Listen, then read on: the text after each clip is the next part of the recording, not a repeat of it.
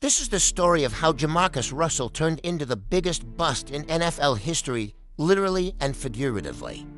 If it weren't for JaMarcus Russell, we'd still be calling Ryan Leaf the biggest bust in NFL history. But Leaf actually tried Russell. He turned not giving a damn into an art form. How does a 6 feet 6 inches Titan with a bazooka for an armor guy who could throw a ball 70 yards while sitting on his knees fall apart in record time? Today, we're breaking down the spectacular, expensive, and baffling collapse of the ultimate NFL what-if. Chapter 1, The Myth of the Big Fish. In Mobile, Alabama, JaMarcus wasn't just the big fish, he was the entire ocean. By the time he hit Williamson High, he was already 6'3" inches with a cannon. Legend says Nick Saban and Bobby Bowden were watching him when he was still in middle school. He was a consensus 5-star, a pocket-passing prodigy who broke the all-time Alabama passing record.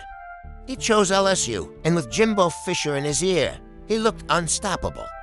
A 10-1 record, and SEC title berth, and a Sugar Bowl MVP where he absolutely dismantled Notre Dame. He looked like the future. He looked like a sure thing. He was anything but. Chapter 2, The Red Flags Nobody Wanted to See.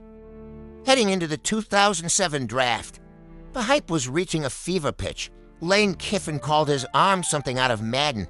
Mike Mayock called his pro day the greatest he'd ever seen. But there were cracks in the armor. During interviews, when asked where he needed to grow, Russell didn't have an answer. He looked offended. He genuinely believed he had no weak points. Al Davis, the Raiders' legendary owner, saw the 260-pound frame and the rocket arm and fell in love. He ignored the warnings. He passed on future Hall of Famer Calvin Johnson to take Russell at number 1. It was a decision that would haunt the Raiders for a decade. Chapter 3, The Holdout and the McDouble Era. Before he even took a snap, the problem started. There was no honeymoon. Russell held out for a massive 6-year, $61 million deal with $32 million guaranteed.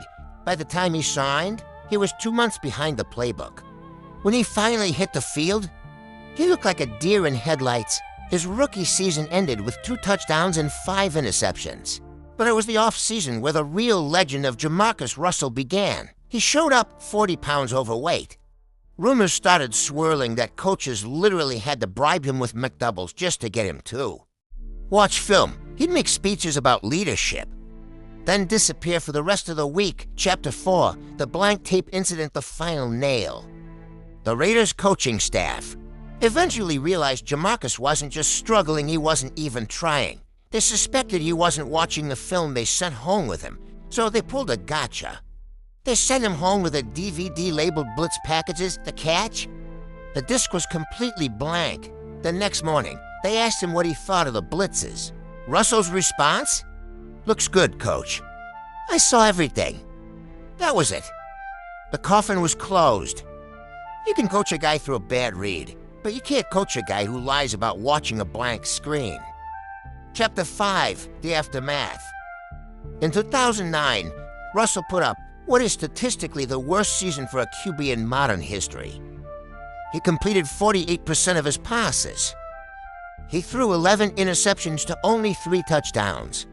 The Raiders finally cut bait after just 3 seasons. Soon after, the dark truth came out, the positive drug tests for codeine. The private investigators following him to casinos every night before the draft, the talent was there, but the want was zero. The legacy, JaMarcus Russell was so bad. He literally changed the NFL's economy. His contract was the reason the league implemented rookie wage scales. He banished the Raiders to the football Stone Age and walked away with $40 million for 25 career starts. He was the most talented quarterback you ever saw, who simply didn't care, and that is why. Forever, his name will be the only definition you need for the word bust.